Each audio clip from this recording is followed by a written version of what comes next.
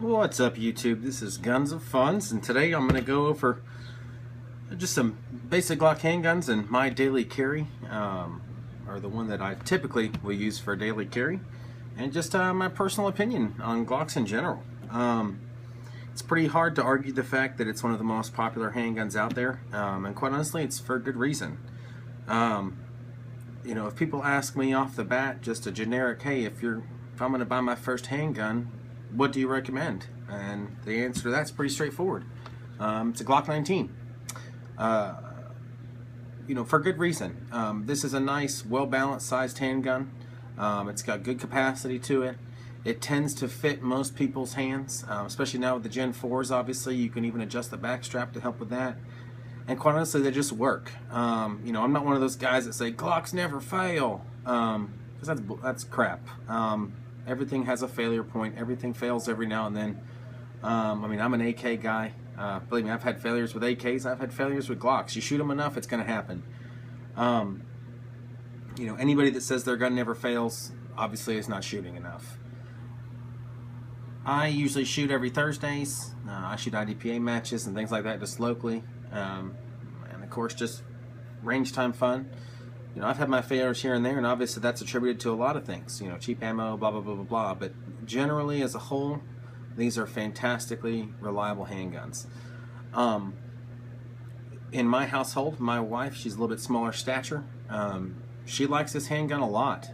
It naturally feels good in her hands, but believe it or not, her favorite handgun that we have is a SIG 229.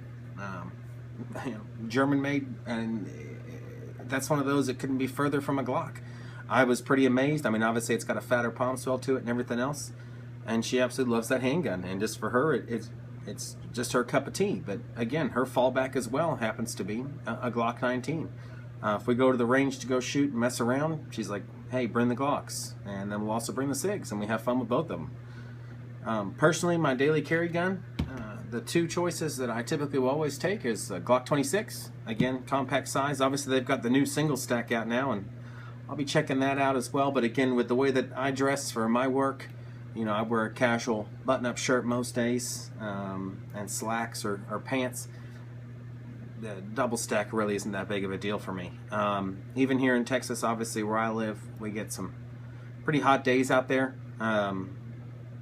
Typically, when we get into the middle of the summer, this is practically what I carry every single day. Other than that, it'll be a Glock 19. Again, this guy here, you'll notice I've got stippling on this one and this one as well. This is kind of my average throughout the year carry gun. I just happen to like it quite a bit. Obviously on this one here, you can see I got the high-vis sights on it. Yes, it's a C model. Does it make a difference in this gun? None whatsoever, but quite honestly, it looks cool, and that's all that matters to me on that part of it. I don't typically stipple all of my handguns. I do on these ones. Again, these are what I tend to shoot more of. At one point, I was trying to shoot a Glock 34 quite often, and I'll be honest, I just did not do well with that gun. A lot of people absolutely love it. For me, I just do better with this midsize. Again, I'd like to say I didn't put enough trigger time behind it, but I spent about 6 months shooting it 2-3 times a week pretty regularly, and it just was not for me. That's the nice thing about Glock. They come in every single size and flavor. Also, typically during the winter time, I'll tend to transfer over and I'll start carrying a Glock 30. Again, 45 caliber. Light stipple on this one here. Again, stippling's not a major thing. I just prefer the feel of it, especially over the Gen 3s where they're kind of smooth. You'll notice consistently I do run excess big dots on most of my pistols. Even on this guy here, this is an older Gen 2. I've had this gun, going on, gosh, almost 20 years. My dad originally bought this on a whim. He was not a Glock guy, he was a SIG guy, hence where I got mine from. And also a Jericho guy, of all things.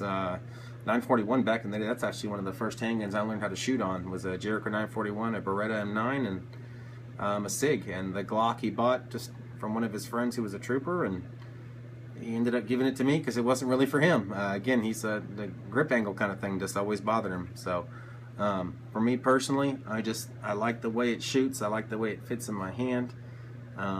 Obviously, this one here has this is jokingly, my friends and I call the Toblerone Glock. It was a mix-up Duracoat leftover kind of thing that one of my friends had down at the shop, and we said pretty much fuck it and painted it this weird color. It looks kind of rad though, and I dig it, so that's all that matters. As far as carry and style, I typically will carry inside the waistband. I like a nice crossbreed style holster. This is a Galco one here. I do have an actual crossbreed as well. It has a little bit thinner leather, which I do, typically go to that. Also a brand called Triple K, which is a Texas leather company. Again, they have a style very similar to this, again with this hybrid holsters. Just for me personally, I like the hybrid holsters. I tried just some straight, Raven concealment inside the waistbands, and I prefer to have the leather. I don't know if that's just me. It's just one of those things. I'll also, even just a cheap little clip-on Galco like this guy here. And then I have a couple of DSG Kydexes that are outside the waistband, which I like those too, but that's typically something I'll run with, an Aspen Alpha belt, with a heavier belt on those guys.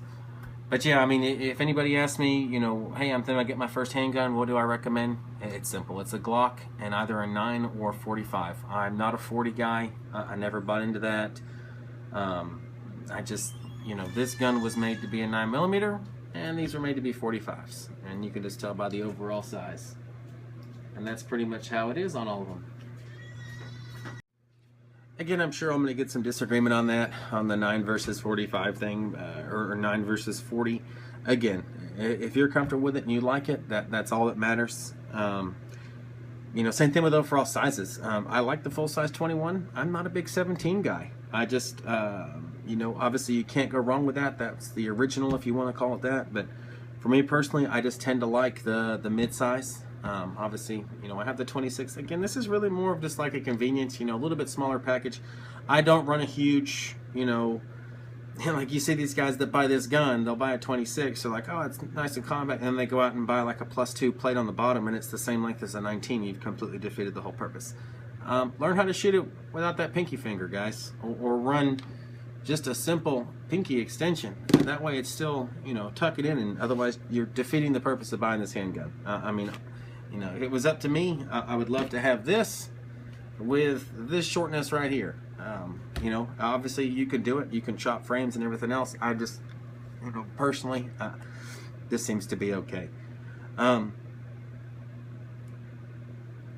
Like I said, you can't go wrong with a Glock.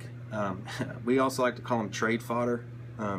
You buy one, you get it for cheap. You don't like it, you turn around and you sell it. You never lose money on them.